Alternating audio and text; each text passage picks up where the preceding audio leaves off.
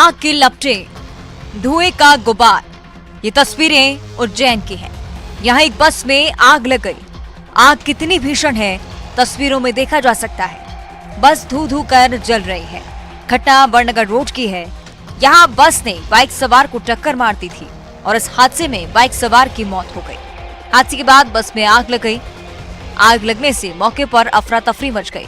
Fire brigade को आग लगने की सूचना दी गई। उसके बाद फायर ब्रिगेड की टीम मौके पर पहुंची और काफी मशक्कत के बाद आग पर काबू पाया गया।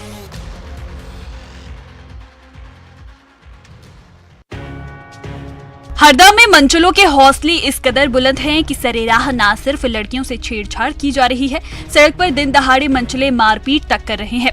स्कूली छात्रा से छेड़छाड़ और मारपीट का ऐसा ही एक मामला हंडिया तहसील में सामने आया है। यहाँ बदमाश ने स्कूली छात्रा का रास्ता रोक सरेआम छेड़छाड़ की। इतना ही नहीं, बेखौफ आरोपी ने छात्रा पर थप्पड़ भी बरसाए। इस दौरान आरोपी का साथी वीडियो बनाता रहा। ये वीडियो सोशल मीडिया पर वायरल हो रहा है, जिसमें देखा जा सकता है कि बड़ी संख्या में स्कूली छात्र छात्राएं सड़क से गुजर रहे हैं। आरोपी और इसका साथी रोड के किनारे खड़े छात्रा का इंतजार कर रहे हैं। छात्रा जैसे ही आती है, आरोपी उसका रास्ता रोक लेता है। छात्रा जाने की कोशिश करती है, लेकिन आरोपी रास्ता रोककर खड़ा रहता है। इस दौरान आरोपी छात्रा की पिटाई भी करता है। आरोपी को पुलिस का जरा भी डर नहीं, लेकिन इस घटना से पुलिस पर सवाल खड़े हो रहे हैं। स्कूल के रास्ते में ये गुंडागर्दी की गई। यहाँ बदमाश को सरेआम छात्रा से छेड़छाड़ और मारपीट की हिम्मत कैसे हुई? घटना के बाद छात्रा ने पुलिस में मामला दर्ज कराया है।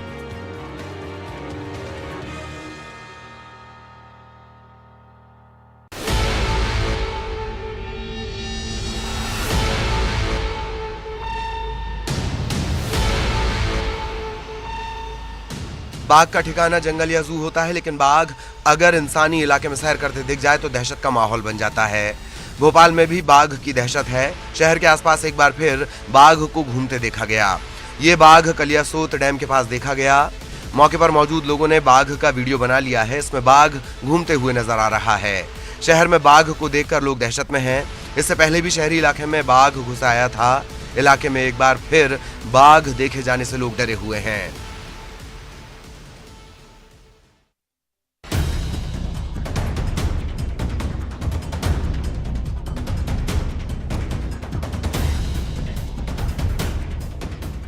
रायपुर में सरेआम चाकूबाजी की घटना सामने आई है। यहाँ उड़ला थाना इलाके में एक शख्स ने कपड़े की दुकान में घुसकर अपनी साली को चाकू मार दिया। घटना का वीडियो सामने आया है, जिसमें देखा जा सकता है कैसे आरोपी दुकान में घुसता है। दुकान में कई लोग मौजूद हैं, लेकिन आरोपी बेखौफ होकर चाकूबाजी करता है और मौके से भाग जाता है। बताया जा रहा है कि आरोपी पत्नी के भाग जाने से गुस्से में था।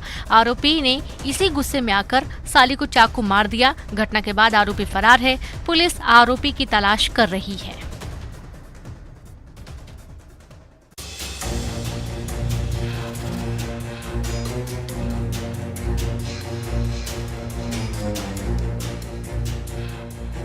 इंदौर में दिल दहला देने वाली घटना सामने आई है। यहाँ 1.5 साल का मासूम खेलते समय बालकनी से गिर गया।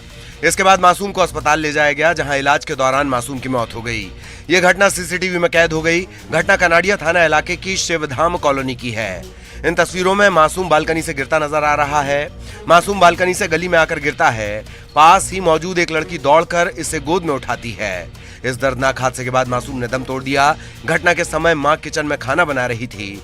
बताया जा रहा है कि मासूम 3 साल के भाई के साथ खेल रहा था और इस दौरान वो बालकनी से गिर गया।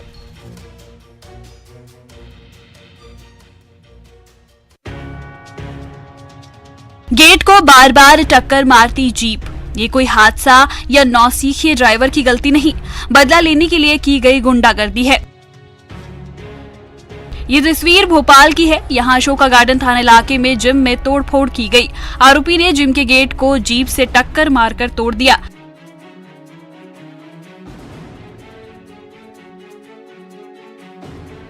इन तस्वीरों में देखा जा सकता है कि आरोपी कितने आराम से जीप से जिम के गेट को टक्कर मार रहा है।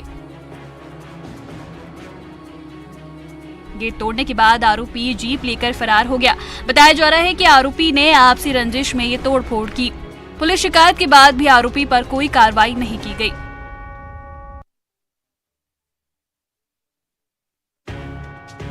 भिंड पुलिस ने मैट्रिमोनियल साइट पर फर्जी प्रोफाइल बनाकर ठगी करने वाले गिरोह का पर्दाफाश किया है।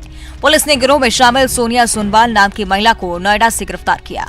महिला के पास से पुलिस ने पासपोर्ट, मोबाइल के साथ कई सामान जब्त किए हैं। गिरोह के 5 सदस्यों की गिरफ्तारी के बाद 1 साल से महिला फरार चल रही थी। आरोपी ने भिंड की लड़की को जाल में फंसाया था और लड़की ने मैट्रिमोनियल साइट पर प्रोफाइल अपलोड की थी। उसकी प्रोफाइल देख हिमांशु नाम के लड़के ने उससे संपर्क किया और उससे 4,95,000 रुपए की ठगी की। लड़की को जब ठगी का पता चला तो मामला पुलिस के पास पहुंचा। इसके बाद पुलिस ने टीम बनाकर इन साइबर ठगों को पकड़ने का बीड़ा उठाया। पुलिस ने मामले में एक नाइजीरिया के नागरिक के साथ 5 लोगों को गिरफ्तार किया है। गिरफ्तार किए गए आरोपियों में से 4 उत्तर प्रदेश के रहने वाले हैं।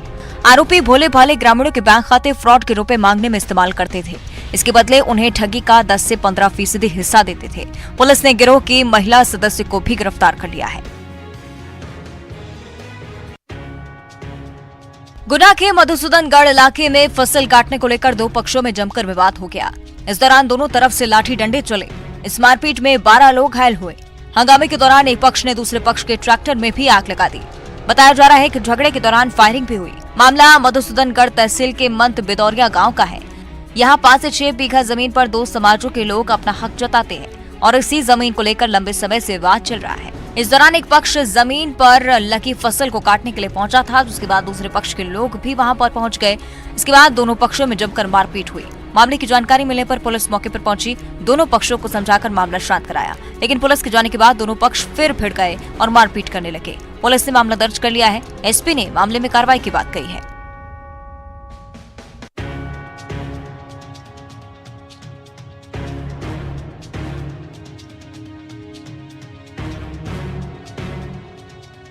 सागर के राहतगढ़ में स्कूल बस पलट गई। हादसे में एक बच्चे की मौत हो गई जबकि 6 छात्र गंभीर घायल हो गए। हादसे में 40 बच्चों को हल्की चोट आई है। स्कूल बस में अलग अलग 3 स्कूलों के तकरीबन 50 बच्चे सवार थे। बताया जा रहा है कि स्कूल बस का ड्राइवर मोबाइल पर बात कर रहा था। इस दौरान बस खुरई रोड पर ग्राम चंद्रापुर के पास बेकाबू होकर पलट गई। हादसे के बाद ग्रामीणों की मदद से स्कूल बस से बच्चों को बाहर निकाला गया। इस हादसे की जानकारी मिलते ही कलेक्टर, एसपी मौके पर पहुंचे। इसके बाद घायल छात्रों को 6 एम्बुलेंस की मदद से अस्पताल पहुंचाया गया। बस में सवार छात्रा ने बताया कि ड्राइवर फोन पर बात कर रहा था। इस दौरान बस पलट गई। एसपी ने बताया कि बस चालक और मालिक के खिलाफ मामला दर्ज किया गया है।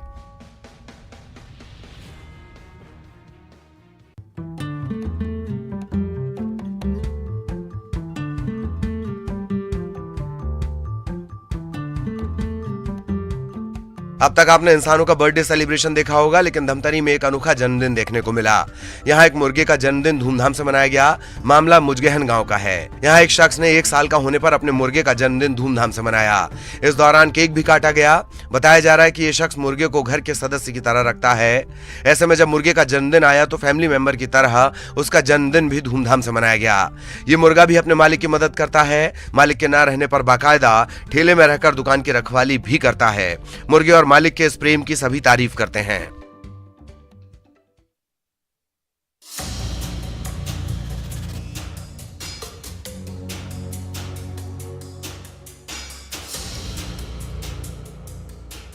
इंदौर में रिश्ते शर्मसार हुए हैं। यहाँ एक 90 साल की बुजुर्ग महिला को एक परिवार लावारिस हालत में फुटपाथ पर छोड़कर चला गया। ये घटना पंचकुइया भूतेश्वर महादेव मंदिर में लगे सीसीटीवी कैमरे में कैद हो गई। इस वीडियो में बुजुर्ग महिला को एक पुरुष और युवती मंदिर के बाहर बने फुटपाथ पर बैठाकर जाते दिख रहे हैं। इस दौरान युवती बुजुर्ग के पास उसके सामान की पोटली रखती नजर आ रही है। लोगों ने जब मंदिर के बाहर इस बुजुर्ग महिला को देखा तो पुलिस को सूचना दी। इसके बाद मल्हारगंज पुलिस और निराश्रित सेवा आश्रम के सदस्य मौके पर पहुंचे। बुजुर्ग महिला चलने फिरने के साथ ही बोलने में भी असमर्थ है। महिला को आश्रम ले जाया गया।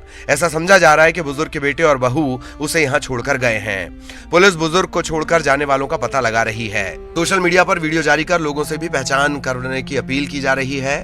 बुजुर्ग की निराश्रित सेवा आश्रम में देखभाल की जा रही है, जहाँ बुजुर्ग की हालत फिलहाल ठीक बताई जा रही है। गरियाबंद में एक वीडियो सोशल मीडिया पर वायरल हो रहा है। ये वीडियो नगर पंचायत राजिम का बताया जा रहा है, जिसमें घर में नगरपालिका अधिकारी दल बल के साथ पहुंच बुलडोजर चला रहे हैं। इस दौरान घर का मालिक गिड़गिड़ाता रहा। पुलिस उसे खींच कर ले जा रही है। बताया जा रहा है कि परिवार 20 साल से जमीन पर रह रहा है, लेकिन सीएमओ के नोटिस देने के 24 घंटे में जमीन खाली करने को कहा गया और जमीन खाली नहीं करने पर घर को जेसीबी से तोड़ दिया गया।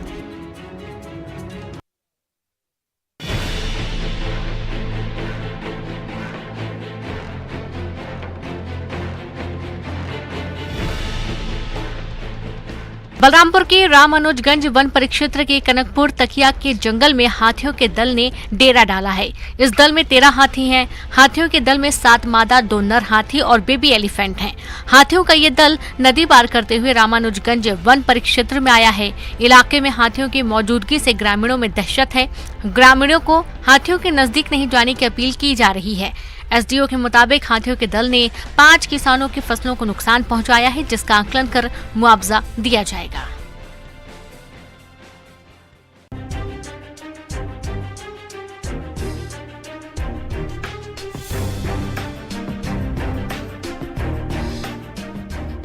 अंबिकापुर में पॉलिटेक्निक कॉलेज के छात्रों को छात्रावास के लिए भटकना पड़ रहा है। गांधी चौक स्थित पॉलिटेक्निक कॉलेज में पूरे राज्य के छात्र पढ़ने आते हैं, लेकिन कॉलेज का छात्रावास जर्जर हो चुका है। इतना ही नहीं, छात्रावास को डिसमेंटल करने का आदेश भी दे दिया गया है। ऐसे में कॉलेज के छात्रों को छात्रावास के लिए भटकना पड़ रहा है। छात्र किराए के मकान में रहने को मजबूर हैं। कॉलेज के प्रिंसिपल ने बताया कि छात्रों के लिए नए छात्रावास की स्वीकृति दे दी गई है, लेकिन जब तक छात्रावास नहीं बनता, छात्र मुश्किलें उठाने को मजबूर हैं। प्रिंसिपल छात्रों के रहने के इंतजाम करने की बात कह रहे हैं।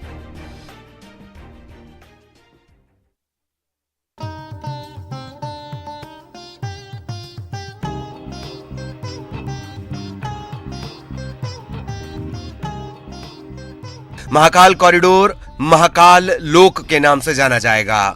शिवराज कैबिनेट की बैठक में यह बड़ा फैसला किया गया। कालों के काल महाकाल की अध्यक्षता में शिवराज कैबिनेट की बैठक हुई। बैठक में पीएम मोदी के दौरे को लेकर चर्चा हुई और इसके साथ ही कई अहम फैसलों पर मुहर लगी। महाकाल की अध्यक्षता में हुई कैबिनेट की बैठक में उज्जैन हवाई पट्टी के विस्तारीकरण का फैसला भी लिया गया। उज्जैन बैंड में 36 नए पदों को मंजूरी दी गई। इसके साथ ही क्षिप्रा को साफ रखने के प्रोजेक्ट को मंजूरी दी गई है। बैठक में कई अहम फैसलों पर मुहर लगी।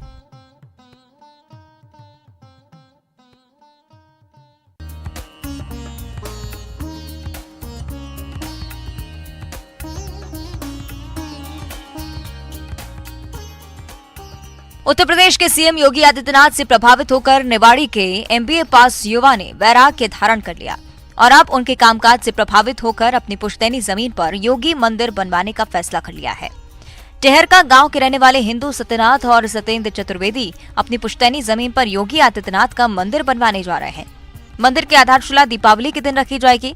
एमबीए पास सत्येंद्र चतुर्वेदी ने योगी आदित्यनाथ से प्रभावित होकर वैराग्य धारण कर लिया था और सत्येंद्र चतुर्वेदी से हिंदू सत्यनाथ बन गए थे। जयपुर में योगी आदित्यनाथ की प्रतिमा तैयार होगी। मंदिर के निर्माण के लिए कारीगर भी जयपुर से बुलवाए जाएंगे।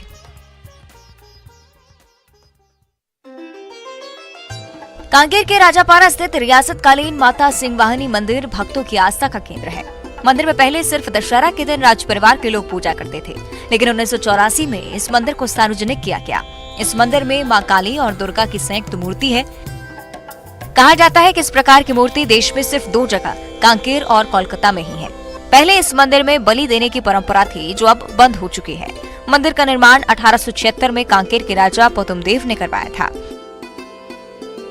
पहले यहाँ दशहरा के दिन ही पूजा होती थी। मंदिर का पट साल भर बंद रहता था। 1984 से मंदिर में नवरात्र ज्योति कलश प्रज्वलित करना शुरू किया गया। नवरात्रि पर यहाँ उत्साह नजर आ रहा है।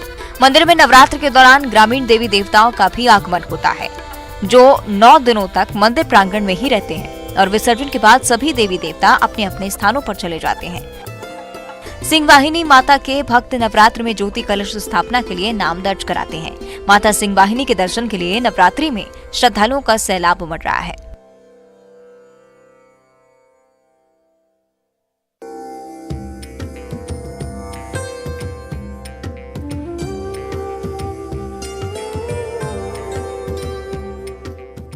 धमतरी शहर में दंतेश्वरी माता के मंदिर में नवरात्रि की ज्योत को चकमक पत्थर से जलाने की परंपरा है।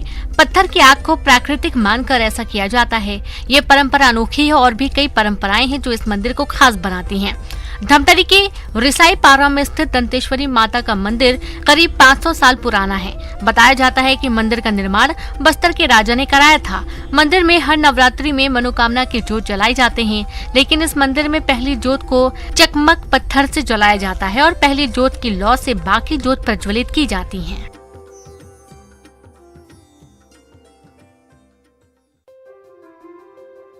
राजस्थान की खूबसूरत वादियां और कई ऐतिहासिक इमारतें पर्यटकों के लिए खासा आकर्षण का केंद्र हैं।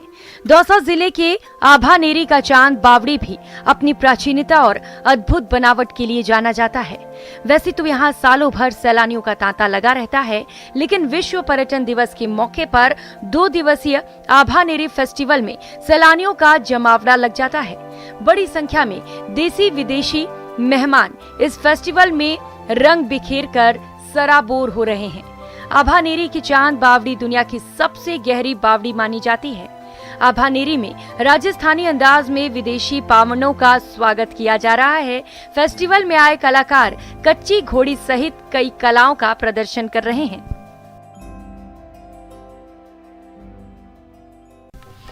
पूरे देश में नवरात्र का उत्साह छाया हुआ है। मातृशक्ति की आराधना के इस महान पर्व पर माता मंदिरों में भक्तों का तांता लगा हुआ है। सिरोही के माउंट आबू की पहाड़ियों पर स्थित मां अंबुदा देवी की महिमा अपरंपार है। इसीलिए ही नवरात्र में बड़ी संख्या में भक्त आते हैं और सुख शांति की कामना करते हैं। मां जहां अपने भक्तों की मनोकामनाएं पूरी करती हैं, वहीं अपने चमत्कारों के लिए भी जानी जाती हैं। इन्हीं चमत्कारों में से एक है मां के मंदिर में भालू का धोख लगाना। देखिए, लोगों की भीड़ के बीच जंगल से निकलकर भालू मां के मंदिर के पास पहुंचता है और मां की धोख लगा रहा है। श्रद्धालुओं का कहना है कि ऐसा पहली बार नहीं है, बल्कि हर साल नवरात्र में भालू मां के मंदिर के पास पहुंचते हैं और उनकी धोख लगाते हैं। मां के मंदिर की ज्योत दर्शन के लिए आए भालू को जिसने भी देखा वो रोमांच से भर गया।